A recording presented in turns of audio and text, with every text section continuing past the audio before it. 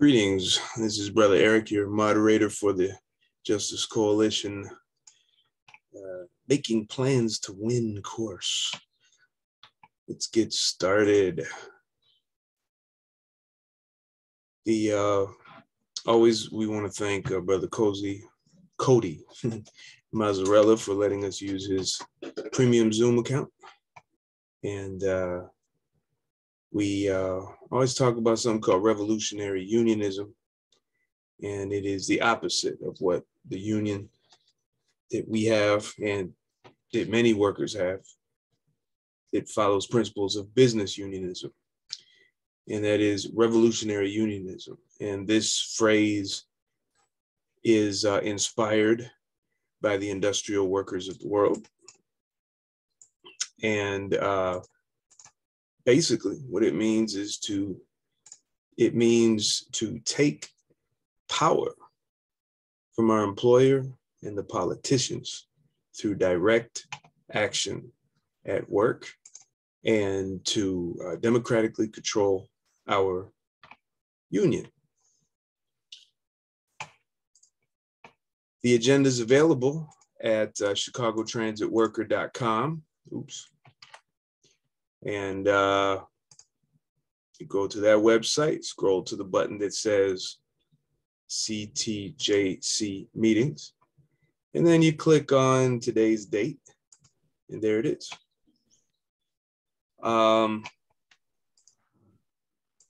Let's get started. So every time we start, we give you some informational links about the Justice Coalition and the various things that we have available to help you organize and make our union strong.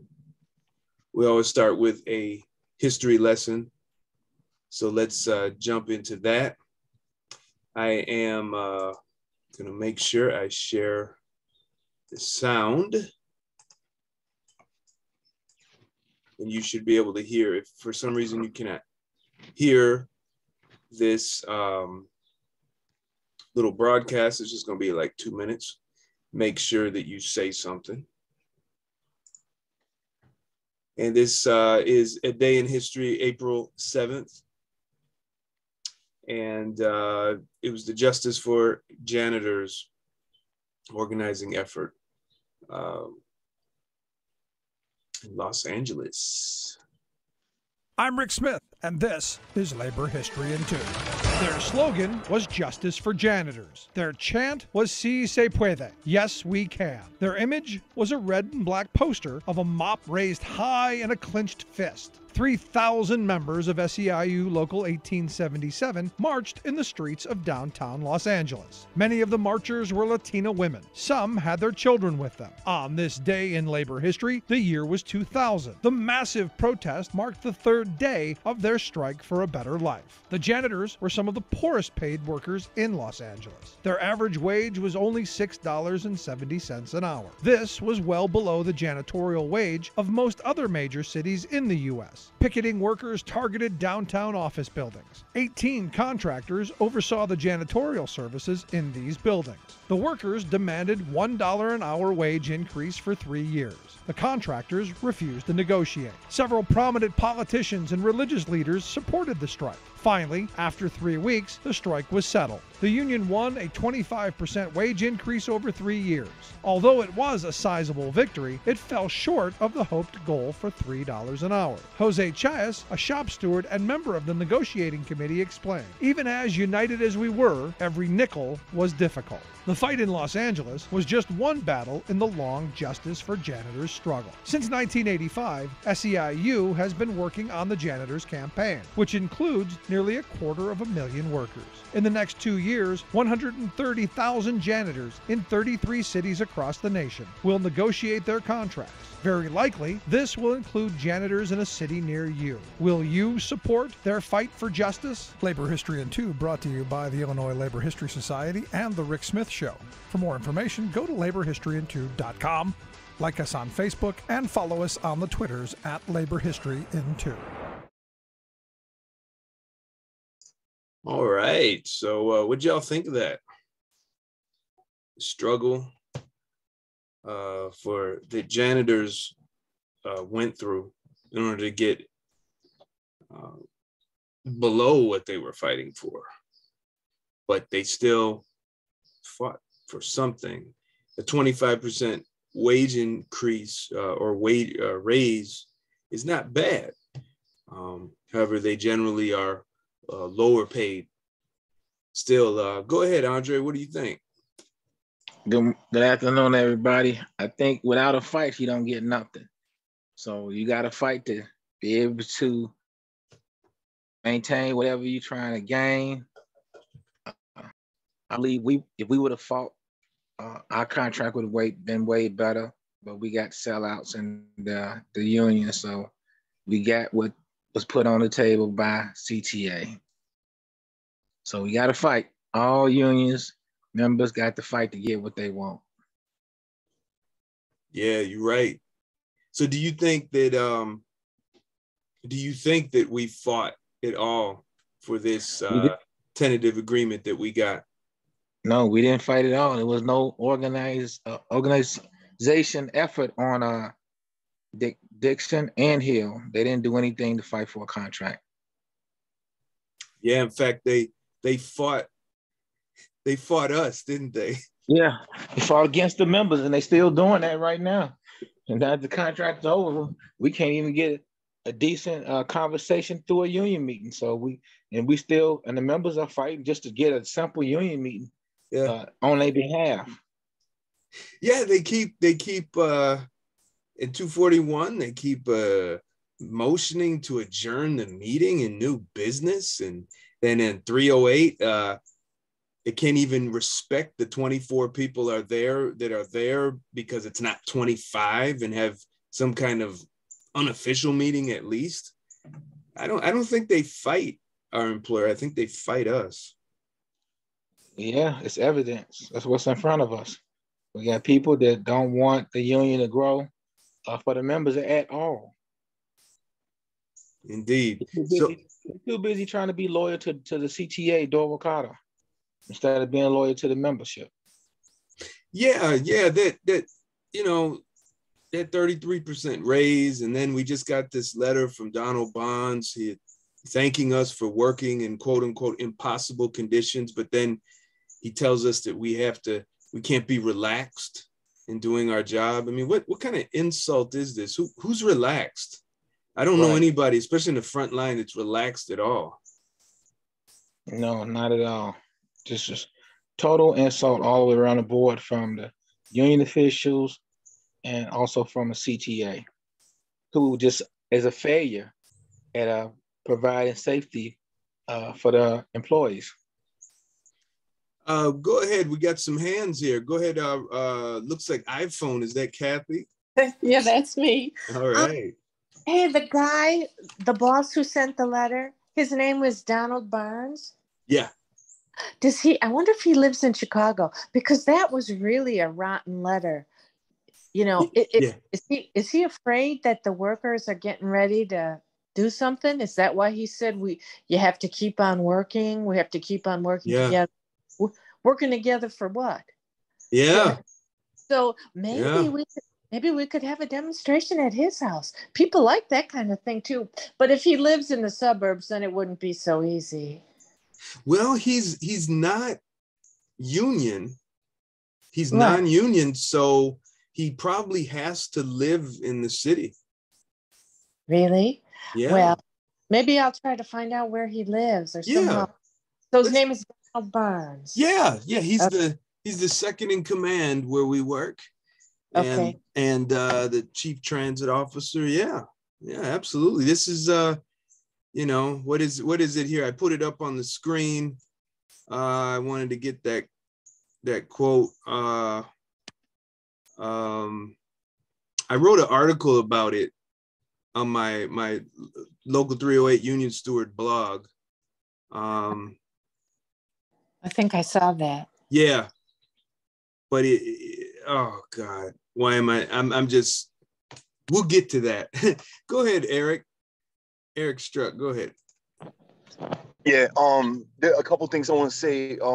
First of all, this also, the discussion with SEIU and why the wages are so low over there overall among custodial workers and such is because it's mostly oppressed nation people that are working as custodians. It's mostly the workforce is mostly Black or Latino or like recent immigrants and stuff. And we see the same thing at CTA. The majority of the workforce in rail operations and the bus is majority Black, a number of Latinos, and very few white people. And that's the character of 241 and 308. Now, the thing is, though, is that the real high-paid workers at CTA are people that are in separate unions, like the tow truck drivers that pick up the buses. They're in a Teamster Local, and they're like almost 100% white. You know what I mean? Like, I remember when I first started, I had to do, I think I was doing Armitage one day, and a bus was getting towed from over there, and I had my window open because it was summer. And this one Teamster brother that was on the truck, he looks at me, he's like, "Hey, what are you doing over there?" And I'm like, "My job, bro." You know what I mean? And he's like, "Get your CDLA and come over here." He was like shocked to see a white dude operating a bus. You know what I mean? And that's how they do. They separate white workers into this sort of privileged layer, and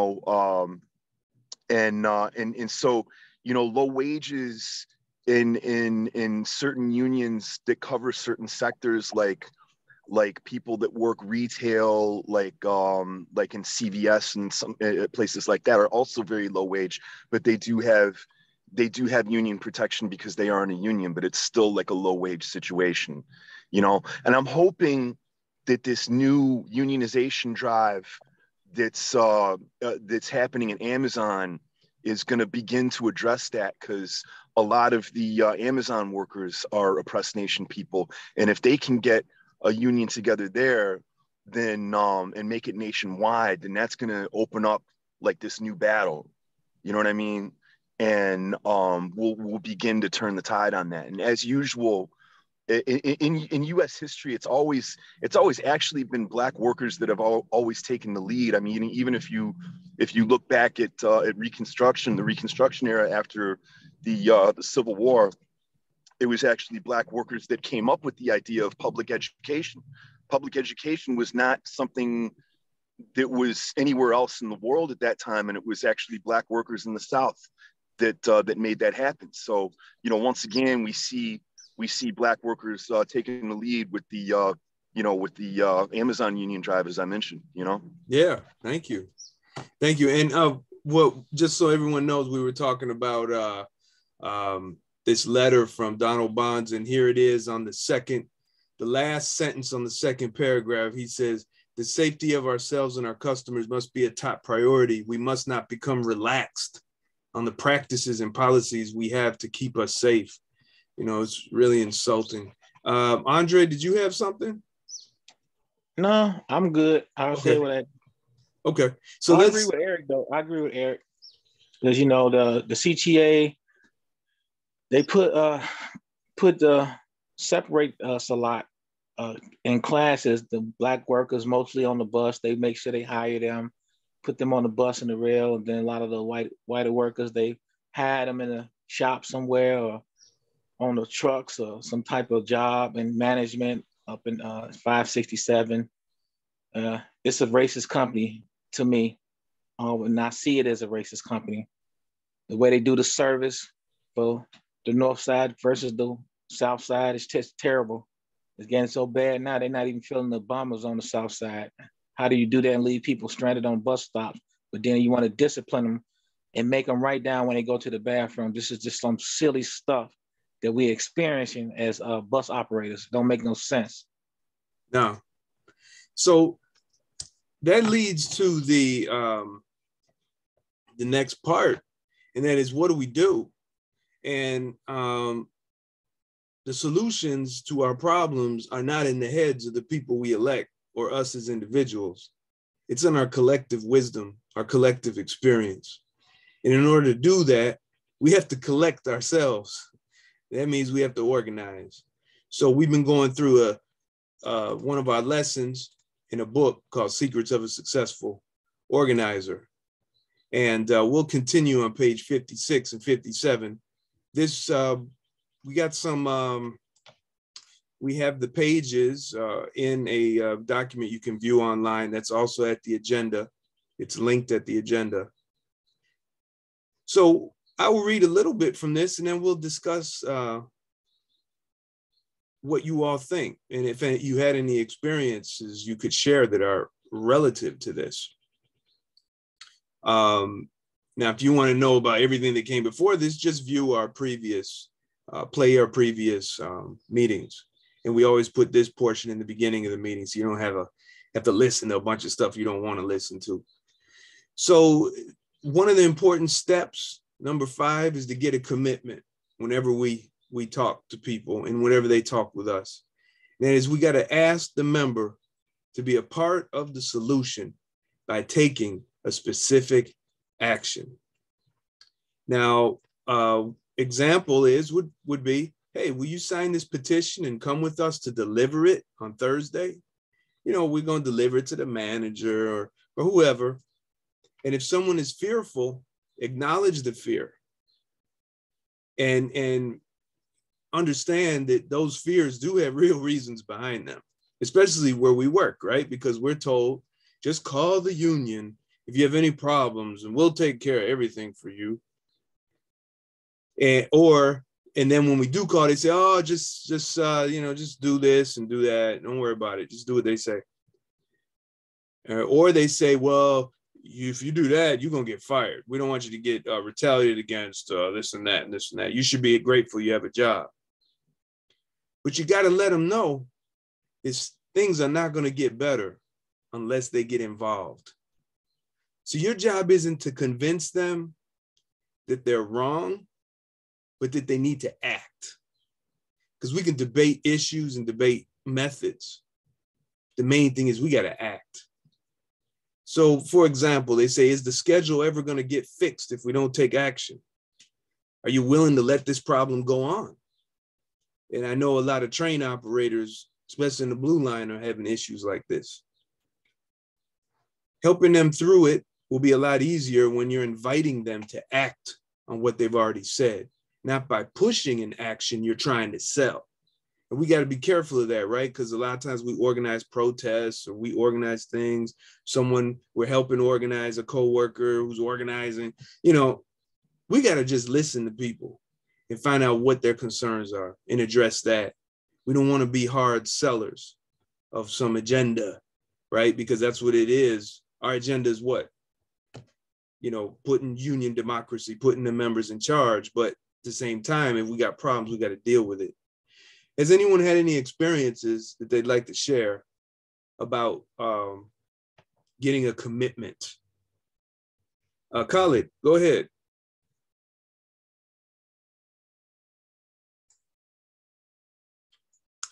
Okay, Khalid, you on mute.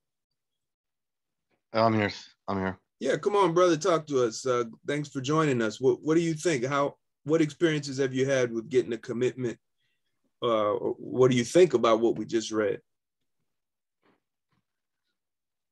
Can you read my text that I sent you before we continue? Right now, yeah, you just texted that to everybody. Right now, let's finish this meeting and then let's talk about that issue, okay? Yeah. I definitely think that's important. But right now, let's focus on this for everybody else.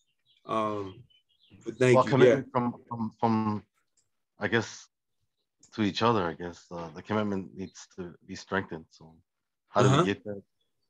We need not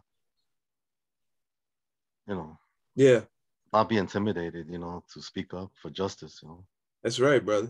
For your right, your basic human right. And what's that? Be able to make a livelihood without any intimidation from anyone, at our work. For supporting your brother or your sister, Yes. Yes. My number one issue. I just wish, because there's strength in numbers, and I mean, even a few numbers, there's power in that. You know, it doesn't matter thousands or hundreds. It's just a group, more than one person. It's a strength, you know. Yep. Yep. So the next step after getting the commitment, where they say, yeah, we can't let this go on, we got to do something about this, right, is to inoculate. And then get a recommitment. So inoculation, here's the explanation.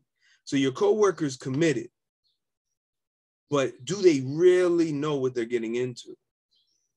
So you ask how they think management will react, or even the union, right? Because a lot of our union officers act like managers. Hey, Eric, you might want to mute your or turn off your video, unless you're speaking. It's up to you. Looks kind of funny, like some kind of abstract music video we got on in the background. So what do you think the supervisor will say when we go to his office? Or the manager, in our case, right? Because our supervisors are in our union, so we're going to say the manager. If there's a likely risk she hasn't thought of, warn her about it. So what if he gets angry and threatens to write everyone up? What if he offers to meet with one or two of us, but not the whole group? What do we do? Talk through the possible outcomes, then ask whether you can still count on their participation. And this is just inoculation, right? You inoculate, so you give them a little bit of the virus, right? So their immune system kicks in and gets ready for the real thing.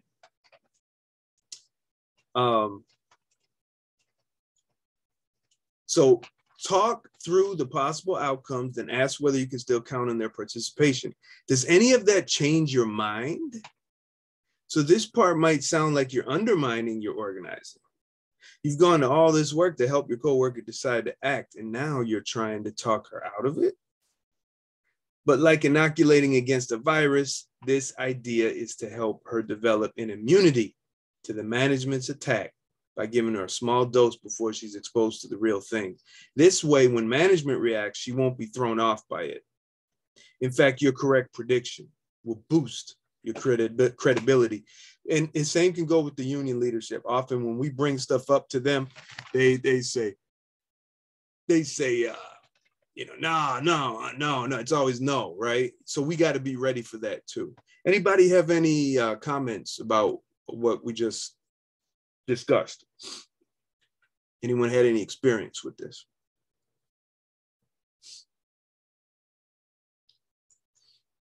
Okay. All right. So I hope you found that useful. Each one of you on this call is an organizer. Each one of you that is listening is an organizer. You now have information that you can use to help make your workplace better and to unite your coworkers. All right, give me 1 second here. I got to close this window. The rain is coming in. If anyone wants to say something, unmute yourself.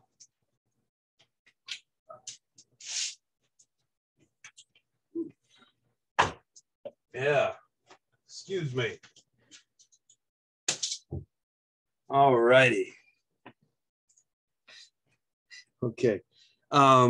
Next in our agenda is the some things that have been going on with the Justice Coalition. We were part of a couple little news bites on WBEZ, Chicago Public Radio. And we are also featured in the Block Club Chicago news website.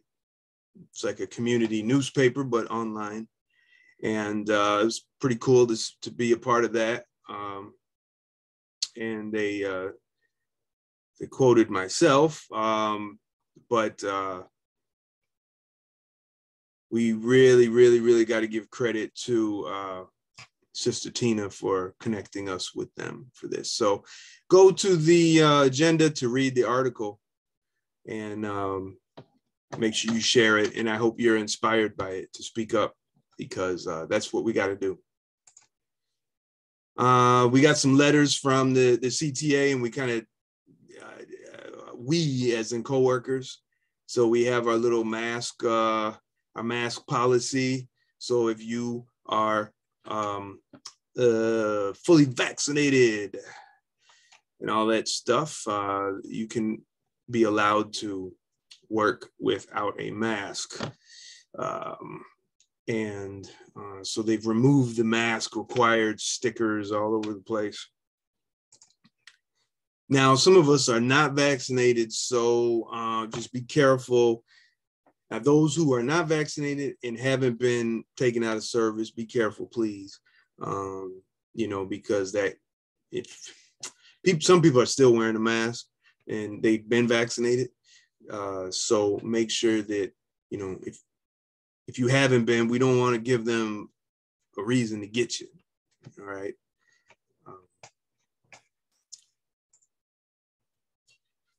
So about 2 weeks ago, we were talking about sexual harassment action, because we have a lot of sexual harassment problems at work, whether it's coworkers, it's managers, and union officers. And we're going to talk a little bit about that as far as what kind of action. Does anyone want to organize something?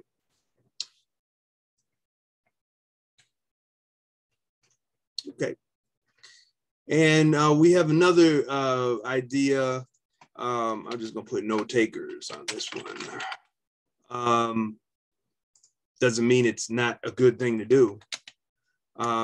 We also have what we were talking about, brainstorming other actions, and this doesn't necessarily have to be like a protest or something. It could be in any form, and that is a resign now campaign idea. Basically, tell the leadership at the CTA and the ATU, y'all need to resign, and then we give a list of all the bus and rail facilities with work locations without working toilets.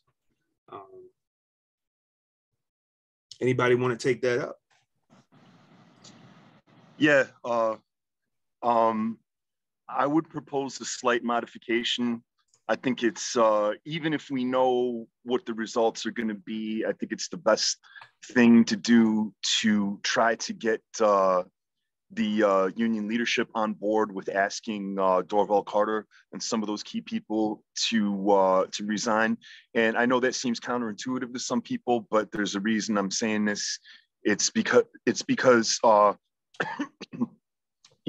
of the things that they throw at us is like, oh, you're against the union, you're trying to set up your, into dual unionism and all this stuff. So one way to simultaneously smack that claim down and also expose these misleaders at the same time is that you ask them to help us out against the company.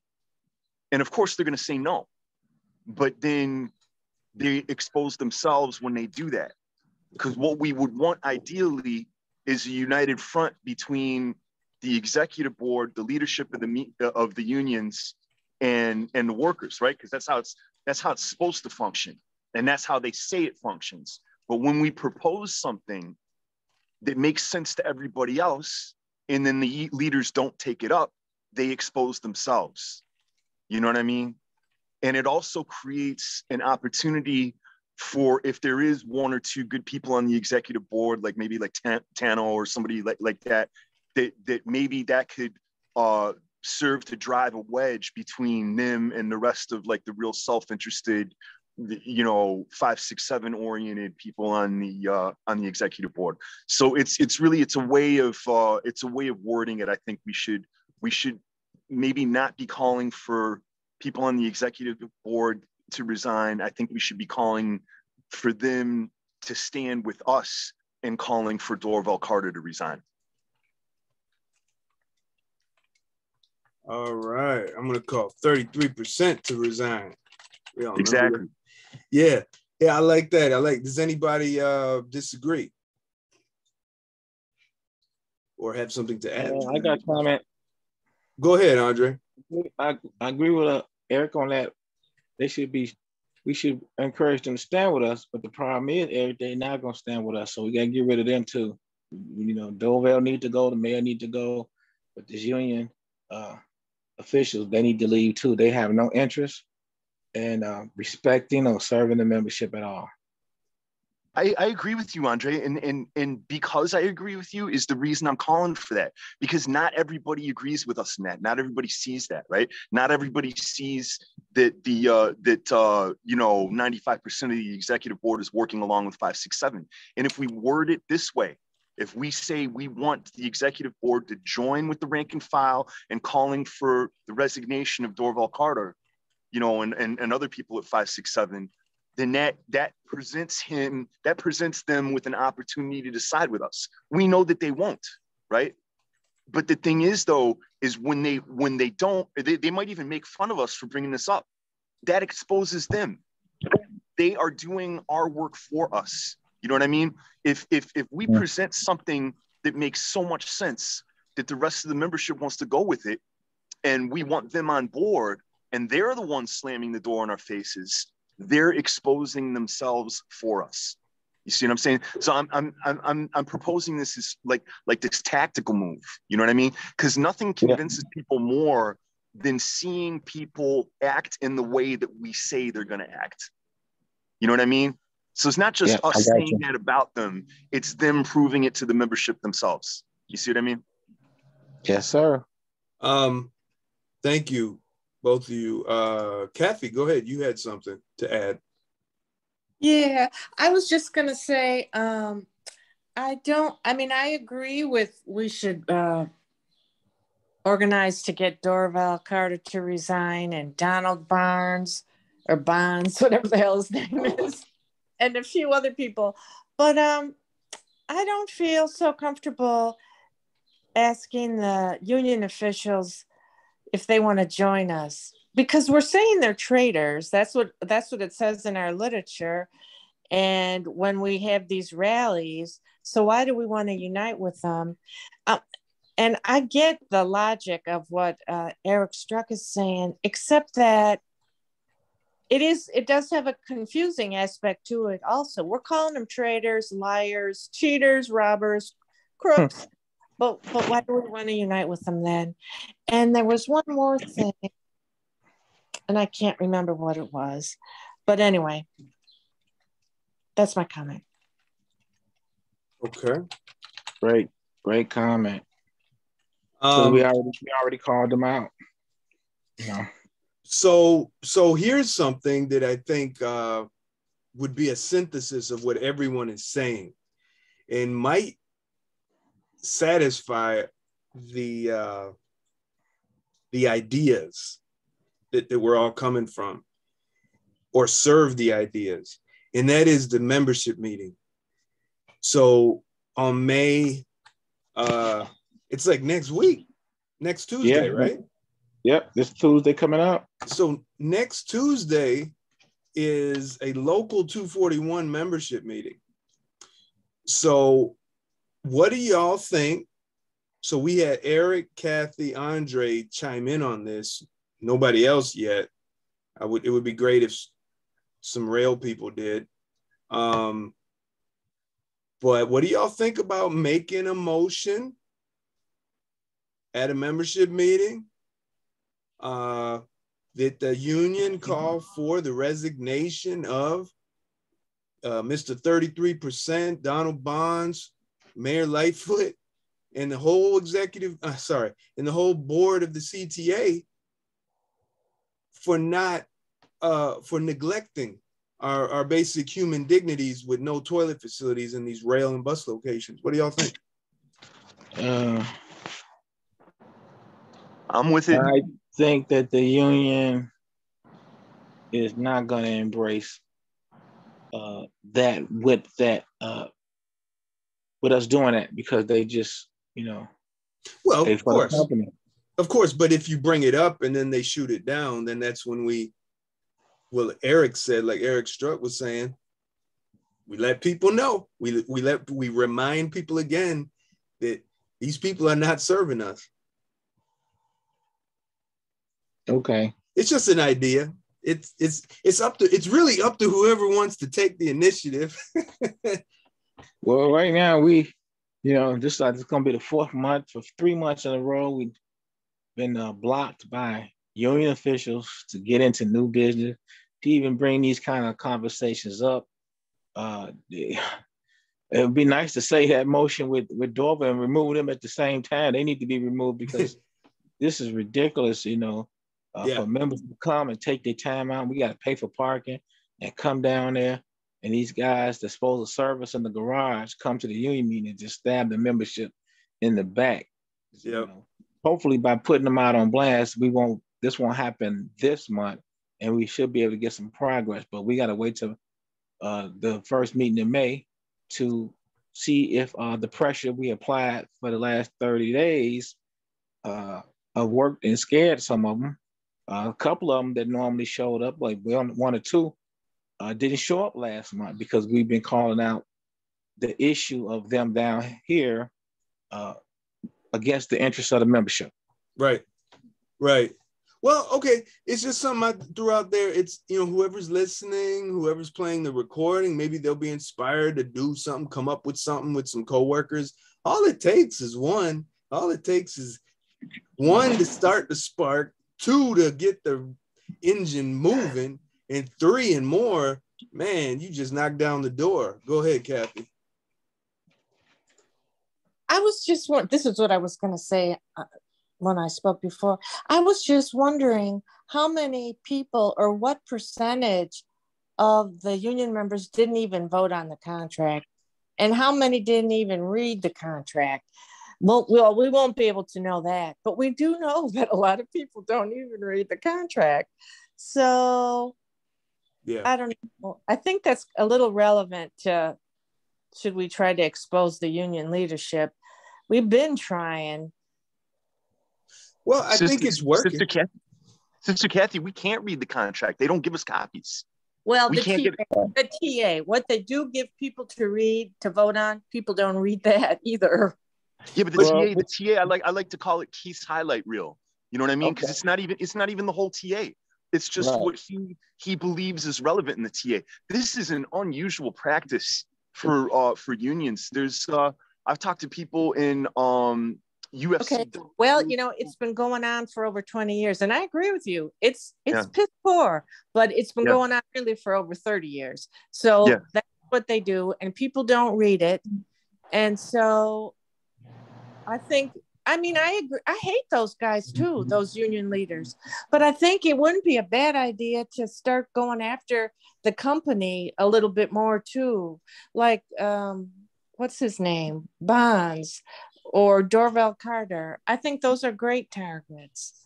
Yeah, I sure agree with you on that. That's absolutely correct. I think that should be our whole orientation is to go after the company, man. That leaves the door open for to organize a large amount of people, because it's of course we have collaborators on the executive board, man, but the real problem is the company. That's who started all this. You know what I mean? That's who made them collaborators, was offering them that bag. You know what I mean? It's the company that's behind all this. That's the real enemy, Yeah. And this is why we're having these meetings, is we're trying to get people to start thinking about this stuff, because sometimes we don't know what to think about, because they tell us a lot of times now what the union leadership is saying, man, it's that Justice Coalition that's the problem.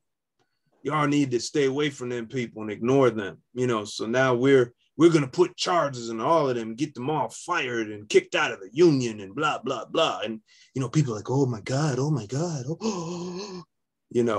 So we got to be upfront about this. All right. So, like I said, if anyone wants to take up these initiatives, let's do it, and let's help each other make it happen. Anytime we can do this anytime. Okay, so we have a Chicago Transit Justice Coalition barbecue poll, and it looks like a lot of people want it. We got 9 people in our group, in the Justice Coalition membership group, unanimous for yes, but no one posted any locations or times.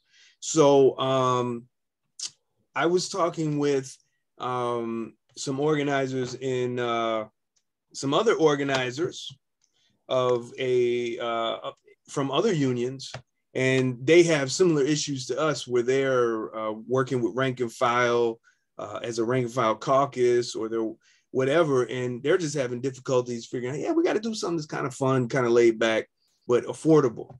And so I said, hey, we're doing the same thing, so I can keep y'all updated. I told them if we come up with something, we could tell them. The more people we have from different unions and who are militant like us, the more we will benefit as well. So did anyone want to, anyone had any ideas to share about a time or location? Okay, so that can be anytime. I'll just say for now, no takers on the time, location, maybe collaborate with other rank and file reformers. Okay. Hour of power. All right. So the next hour of power protest is has been democratically decided. We closed the poll. It's midway. It's midway to Orange Line Terminal. We got 241 members there on the buses. We got 308 members there on the trains. We got to come up with some dates, and then we got to put that in a poll. Right now, if I'm to participate, it's going to have to be in the PMs and on Saturday, Sunday. Preferably like Friday, Saturday, Sunday. I was thinking July. I was actually thinking like somewhere around that July 4th holiday too. Something kind of radical. What do y'all think? Any feedback? I think July 4th weekend sounds good. And I would vote for Friday, PMs then. Okay. Let me see. Let me see what the dates will be for that, because I didn't even look far enough ahead to see what days that would fall. So yeah, the July 4th, interestingly, July 4th will be on a Monday. And I think that's a CTA Sunday schedule, right? Oh. Yeah. So we could do something really kind of cool. You know, an Independence Day protest, literally independence. Our independence from business unionism. And then there's a local 241 meeting that next day, a membership meeting. Go ahead. Oh, I was just going to say, I like that idea, but I wonder if other people are going to be doing family stuff over that weekend. That just entered my mind. Yeah. That's the other thing. That's why I'm hoping some people might chime in.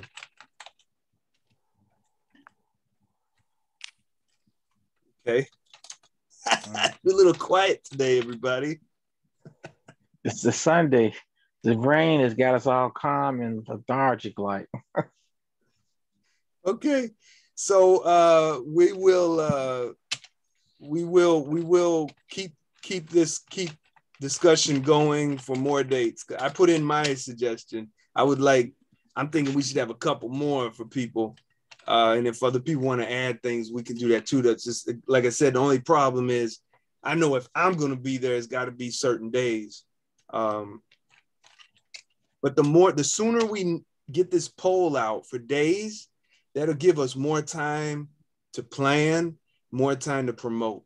So we don't want to, keep this going. It's still April, so but we really want to try to plan this as far ahead as possible, because we want as many people as possible there.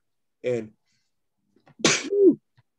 excuse me, and we want the CTA management to get freaked out and have lots of cops and SWAT teams and stuff there. to keep an eye on us, because we know we're just so violent. Go ahead, Andre. I got a question to you, Eric. Eric, since 308 haven't been having any union meetings, like it's been like 2 months or 3 months, I'm not sure, with the constellation, with the lack of quorum and things of that nature. Have the members been saying anything to each other? How do they feel about, not being able to have a union meeting? Just a few that I've heard from, oh, there it goes. Yeah, it's disgusting. And they don't know what to do. They don't know who to blame. They end up blaming us, workers, co-workers, but we really know who's to blame for it. Because you can have a meeting. The last one was 24 out of 25 for a quorum. Give me a break. And they're refusing, the union officials on 308 is refusing to even promote the union meeting to the membership. Yeah, they don't promote it. We're the only ones that promote the membership meetings. And then I think Sister Cheryl puts little posts out there too. So the only people reminding the members about the membership meeting are the members.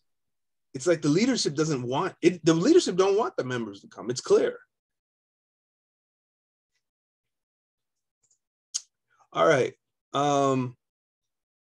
So we got the upcoming Labor Notes Conference. We got one more free registration that one of the organizers, Tom, no, actually we got two. Nicole and Tom are willing to pay for anyone who wants to go. I got someone sponsored.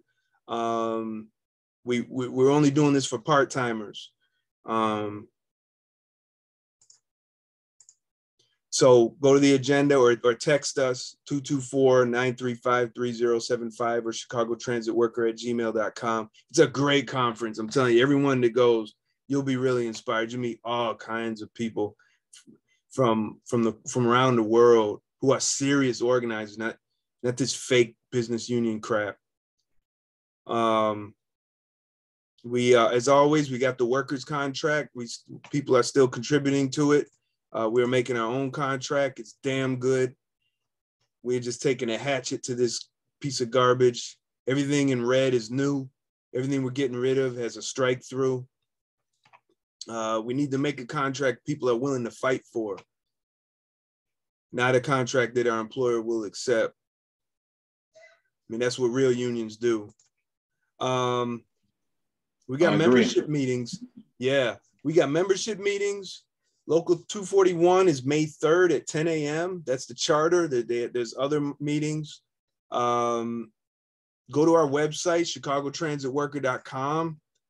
You can actually get reminders with the Google Calendar. So just click on this, go to the bottom of any page at chicagotransitworker.com, click on that Google Calendar icon, and you can subscribe to our calendar, and you will get reminders about the membership meetings and our meetings as well. We make it easy for you. Not like the union leadership that doesn't want you to go to the meetings. We want you to go. But they say, oh, that Eric Basir, he wants to just take over the meetings and he's the great union destroyer. And that Andre, oh, wow, they're always causing the meetings to be adjourned by disrupting whatever. Candidate forum. My God, what the hell's going on? Did you know there's a local 241 election coming up this year? Yeah, like dozens of spots are up for grabs. We need to fill them with people who care. Stop making excuses that you are not qualified. Do you have a heart?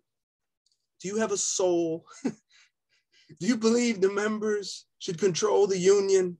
Do you believe in striking and picketing and marching on the boss? Do you believe in that kind of stuff, like what a real union? Then you need to be in the local 241 membership, not membership, in the officer seat, okay? And we need you to fill out our questionnaire. And if you check off everything you check off, you're gonna say, this is what I commit to of union democracy, then you will have a greater chance of winning because we'll back you. We're also gonna hold you accountable. So don't screw up when you get in there, okay? Because we're going to tear you up, just like we do Keith Hill and Dixon and Franklin and all them sellouts. Go ahead, Kathy. Yeah, that's a really good point, because that can kind of maybe work with some of the stuff that Eric Struck was saying, because then the candidates that are running on the Justice Coalition platform will really differentiate themselves from the sellouts, especially when the candidates, maybe they'll be willing to say, we're going to organize to get Dorval Carter to resign, or we're going to, whatever. The stuff that the official sellouts won't do. Yes. And we get that. We get some candidates, they like, yeah, man, I want to be endorsed by you guys. I'm like, okay, fill out this questionnaire, and then they disappear. So you got to be for real. We need real people. All we need is real people in these offices. You don't have to have years of service and all this crap. I mean, we got so many years of service people in there, and they're rotten. Doesn't make it. If you were here 2 years, you can run, and you should. The 33% sticker campaign. So we encourage people to wear these stickers, to go buy them. There's a link for that. All right, Chicago Transit Justice Coalition, not-for-profit organization. So Brother Robert is leading this effort. So what do we have now? He needs us to come up. We need to have, we actually have to have a board of directors if we're going to do this not-for-profit thing right. So that means we're going to have elections, all right, as a organization. So I should have put the link in there ahead of time. I'm sorry. So I'm doing that right now.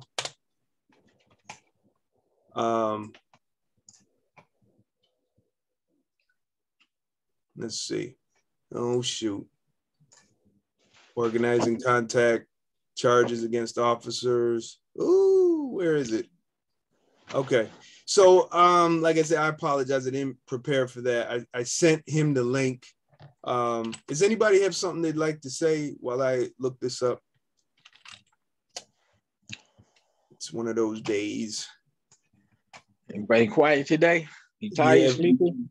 Everybody's asleep, like even though they're awake, right? It's the weather. Okay. Jan, how things been going on your end?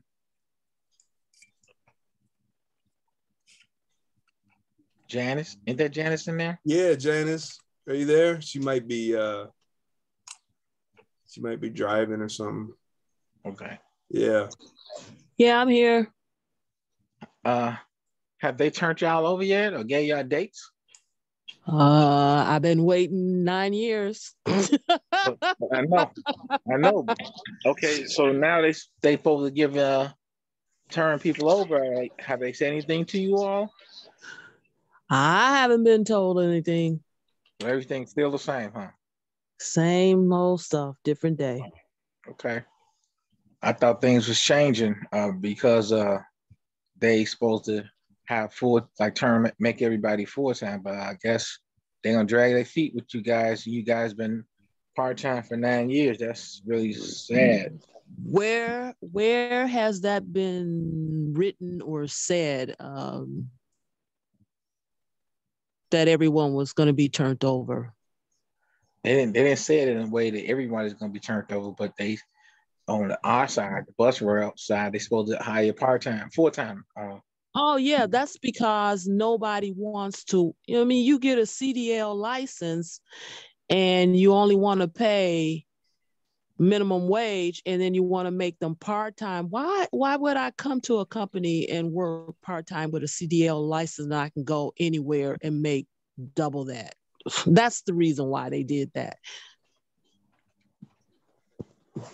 Okay. They don't even need CDLs to come in though. But eventually, you don't have to come in with it, but you got to have it, when you finish up. So that is the reason. CTA doesn't do anything unless it benefits them. So there's no benefit in turning us over. But they definitely in a tank with employees want to come over here. A lot of people don't want to work here. The people that work here don't even want to work here. The Correct. morale is like in the tank Doyle is the worst president in the history of us. CTA, killing the employees with all this crap. It don't make no sense. Everybody's sad working here. Then you got these union officials pulling the same string on the members. It's unbelievable. Yes. Hey, Janice, do you know how many CSAs there are? Well, there are 700? over 700. I would say over 700. Yeah, that's a lot of people. I don't think they would ever turn over 700 people all at once. Exactly. There's They're more not, than that. There's they're at least not going to do that. 1,200. Yeah, they're not going to do it. I don't know. Saying Not without a fight. We're not getting nothing without a fight. They won't even turn over the it's about 100, I would say 150 CAs that have been here since 2013. They won't even turn over those. So no, right. That's not going to happen. I agree. All right. Well, I'm sorry. I did not have that part. I sent the so basically what we did is we came up, I think I remember where it is now. Hang on. Basically what we did is we came up with a candidate. Here it is. I was just looking in the wrong site. Okay, give me 1 second. And what we did, in order to be a not-for-profit organization, we have to have directors. And what we did is we came up with this draft nomination form. But some things that came up in my mind is, what are these duties? What kind of duties do these entail? So even before we have an election for a board, shouldn't we have some form of a constitution? It doesn't have to be, 200 pages. It'd be like 10 pages or something, sort of 5 pages. Something real basic. Can always revise it as we go along, so at least we know what the duties are. But here's the form. We want to be a not-for-profit organization simply for not for jobs, because it's not going to be it's going to be a low income type of thing. Membership fees got to be really low.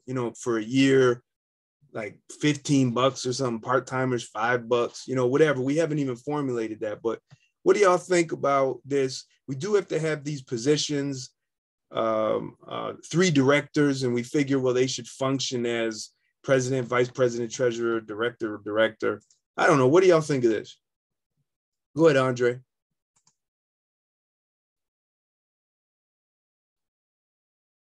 Andre, you unmute yourself, please. Oh, what I want to ask, it wouldn't be on that issue that you're speaking about, the organization. Okay, hold your thought. Can you hold your thought? Yes, I can. Okay, so does anyone have anything to say about this? We could just put this out there to the Justice Coalition group and get some more feedback too, but I thought we'd start here right at the meeting. I was hoping Robert might be in, but he's probably just getting off work. Okay, so I got a question. So what's the reason for forming a nonprofit again? In my opinion, just in terms of like the form of organization of Justice Coalition, shouldn't we really be trying to be like a caucus in the union, like similar to Teamsters for a Democratic Union, Yeah, well, that's what they have is Teamsters, Democratic, TDU, CORE. They have officers, they have membership so that they raise money for organizing. So we would basically... I see what you mean. Okay, yeah. I misunderstood. I got you. Okay. Yeah, because what's happening right now is a lot of us as organizers, and this too, we put a lot of our money into this, and it'd be nice to get a little write-off, or it'd be nice to even for the organization to sustain itself so we don't have to keep going in our pockets for the copies and the printing and stuff. It'd be nice, like our own Zoom account, as you know, Eric, we're using Brother Cody's Zoom account. He's donated it to us. It'd be nice if we could have our own, you know what I mean? We could pay for the website. Right now, it's me and another brother. So it'd be nice to be able to just be able to pay all this stuff off without us all having to go into our pockets. Cody's on his way into IBEW right now. Oh, wow. That's cool. He's going to have fun in there.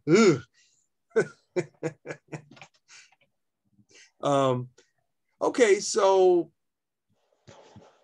I guess I'll just put this on the Justice Coalition group, and almost done. We were talking about bowling party. That no takers on that. I got an announcement if I could have a minute. Hang on, because then we got Andre. Okay. I'm right at the end.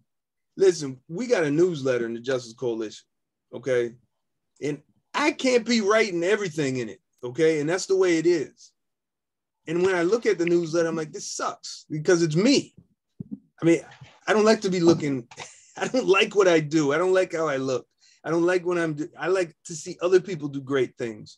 So would you all please, everyone on this call, write a 2 or 3 paragraph article about something going on at work, okay, that needs to be fixed or in the union.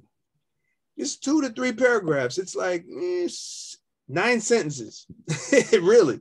And then let's put it in there because I can't be the only one doing it.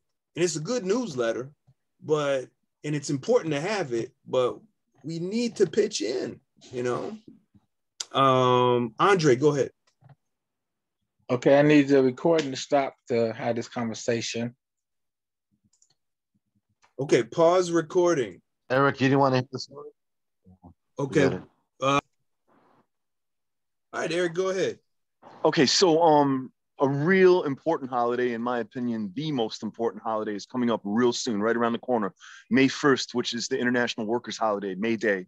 It's celebrated all over the world, but it actually started here in Chicago. And there's a couple of events. Every year there's a May Day rally and march that starts, it starts on May 1st at 11 a.m. at Union Park at Ashland and Washington. And back in 2006, when the Sensenbrenner bill was being introduced, it was an anti-immigrant bill.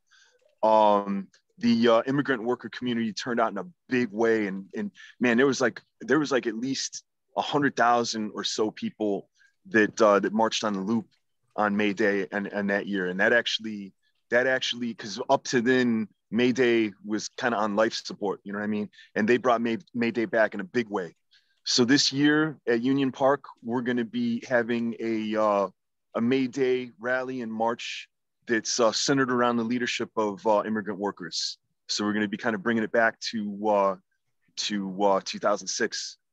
The day before that, which is going to be Saturday the 30th, Saturday, April 30th, the organization that I'm with, Freedom Road Socialist Organization, is going to be having a pre-May Day meeting at the Chicago Alliance Against Racist and Political Repression headquarters, which is at 6353 South Cottage Grove. It's going to be starting at 4 p.m. And we're going to have a list of speakers over there. We're going to have people, a bunch of different trade unionists. We're going to have the financial secretary from the Chicago Teachers Union, who's also a core member. We're going to have a UPS worker from Teamsters Local 705, who's also in Teamsters for Democratic Union. And perhaps most importantly, we're going to have Frank Chapman, who's the field organizer for the National Alliance Against Racist and Political Repression, which was a group that was organized in 1973 to defend Angela Davis against repression in California when then Governor Ronald Reagan was going after her. So this is a really important meeting.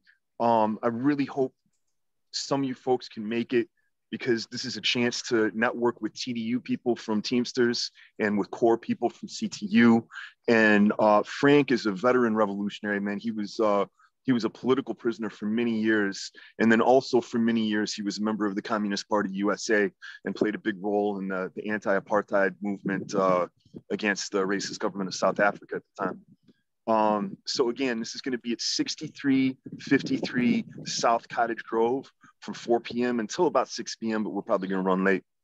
And then again, the day after is going to be May Day, May 1st. And we're going to gather at 11 a.m. at Ashland in Washington. There's actually going to be a delegation of trade unionists from Italy who are going to come and lay some flowers at the Haymarket Monument. And so they're going to be there too. So this is, we got to turn out, man. We're part of this movement. You know what I mean? So yes. Hopefully people can show up for this. Thank you. And Kathy, PLP is having something nearby at 35th and King Drive, right? That's right, Eric. It's going to be at 1 o'clock on Saturday. I mean, noon. I'm sorry. It's going to be noon on Saturday. We're going to meet at 35th and King Drive. We're going to march to the police station at 35th and Michigan and have a rally there. And then on the way back, we're going to be having a rally at a detention center where the immigrant children who have been separated from their parents are being held. Anyway, I will call people and send you a little invitation about it.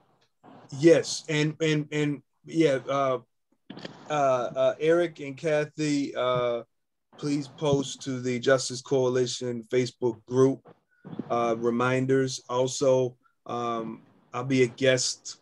One of the little speakers there? Yeah. Which one? Second time. Which one? You gonna be a speaker? Eric Strutt's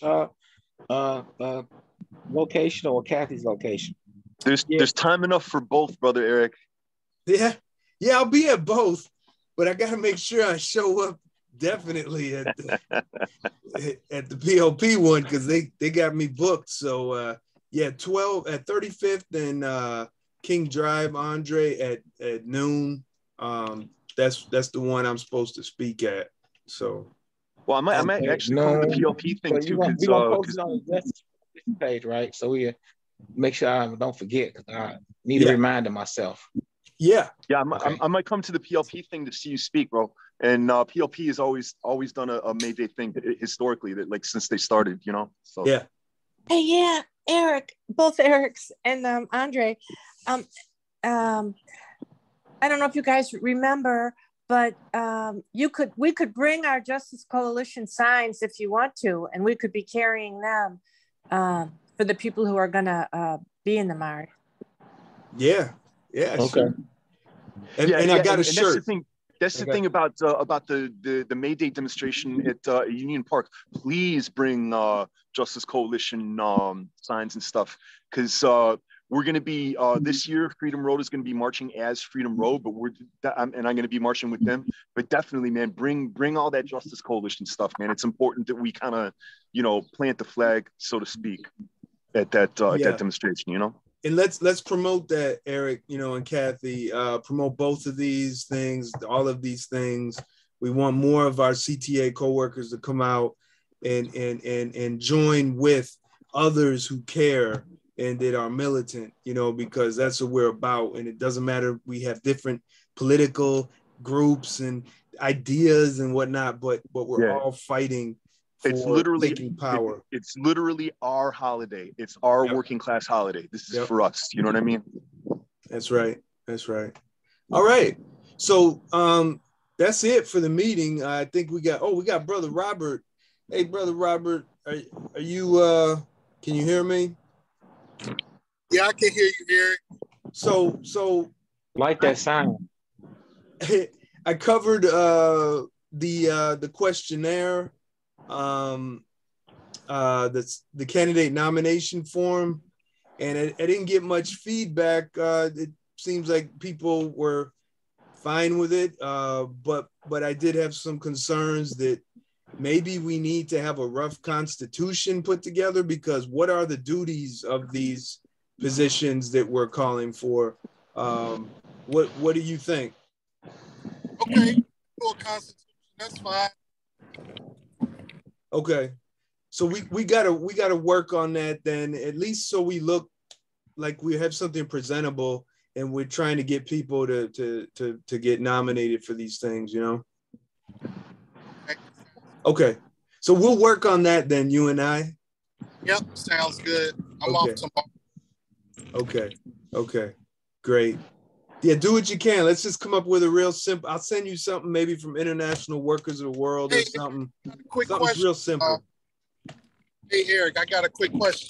Yeah. The link for the financial report that you put up on Facebook yesterday or the day before, I went to it today and it said error. Can you check that link? Oh. I don't know if somebody reported it and they got it taken down or what. Wow. Yeah. I bet you they did. Yeah. Let's see. Let's look at the uploads. Yeah, thanks for yeah, we got somebody, and I just posted it in the group, our private group. So that means we have someone on the inside who doesn't belong. And we're real tough about, oh no, here it is. No, let me see. I'm clicking on it, Robert. It's there. It's there, Robert. All right. Well, when I went to it strictly, I went to it straight from Facebook. When it got to Scrib, it said, gave me an error message. Maybe it was still processing. Okay, I'll try it again. Try it again and then let me know. Okay. So Andre sent me a text message and said we need to do roll call so everyone knows who is who. So that's something I skipped on accident. I apologize. We're at the end of the meeting, so let's just say who we are and goodbye. How about that? That'll work. So I'm Eric Basir, rail car repairer out of Howard Shop, local 308 Union Stewart, moderator here. Hopefully someone else will run the next meeting, not me. Any volunteers? Go ahead, Andre. I'm Andre Thompson out of 103rd. That's it. All right. And next person? Kathy. Hello, I'm Kathy Strzelecki. I'm a retired switchman and a member of Progressive Labor Party and the Justice Coalition. All right, Eric Struck. Yeah, my name's Eric Struck. I'm with Freedom Road Socialist Organization.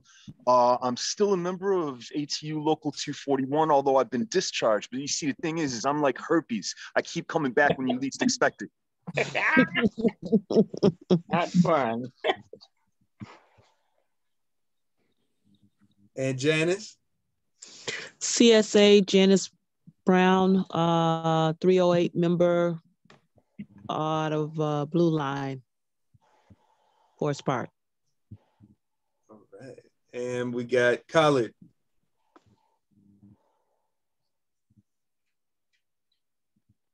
Sorry about that. I was trying to find the mute button and I found it.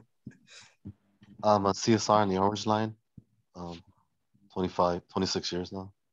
Wow. Yeah. Okay. Yeah. And we got Robert, looks like. Yep. Robert Thomas, bus operator, 103rd Street Garage. All right. Vicky Johnson, welcome.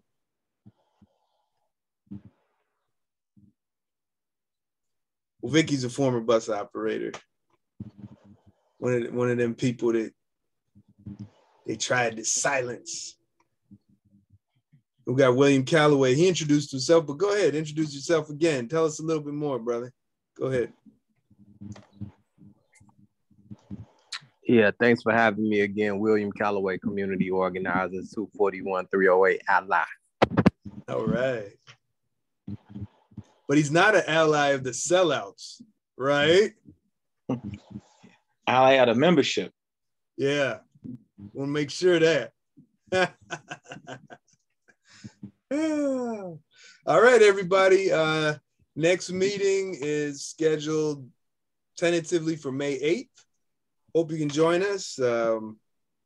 Eric, that's Mother's Day. No, we're gonna have to do another day. That's Mother's Day.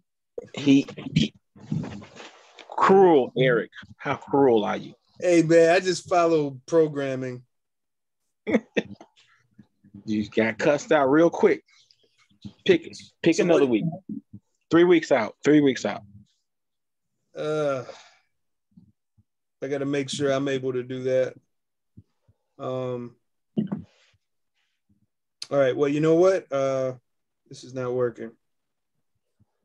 April, May. Why can't I see this? It's not working. My calendar's not working. Okay. I don't know if I'll be able to do it, but hopefully someone else will if I can't. So we're going to set it for the 15th. Okay. That's fine. May 15th. And if I can't do it, somebody else got to do it. All right. That's it, everybody. Have a great day. Thanks a lot for joining us. Bye-bye. Okay, bye-bye. Have a great week, everybody. All right, thanks for coming.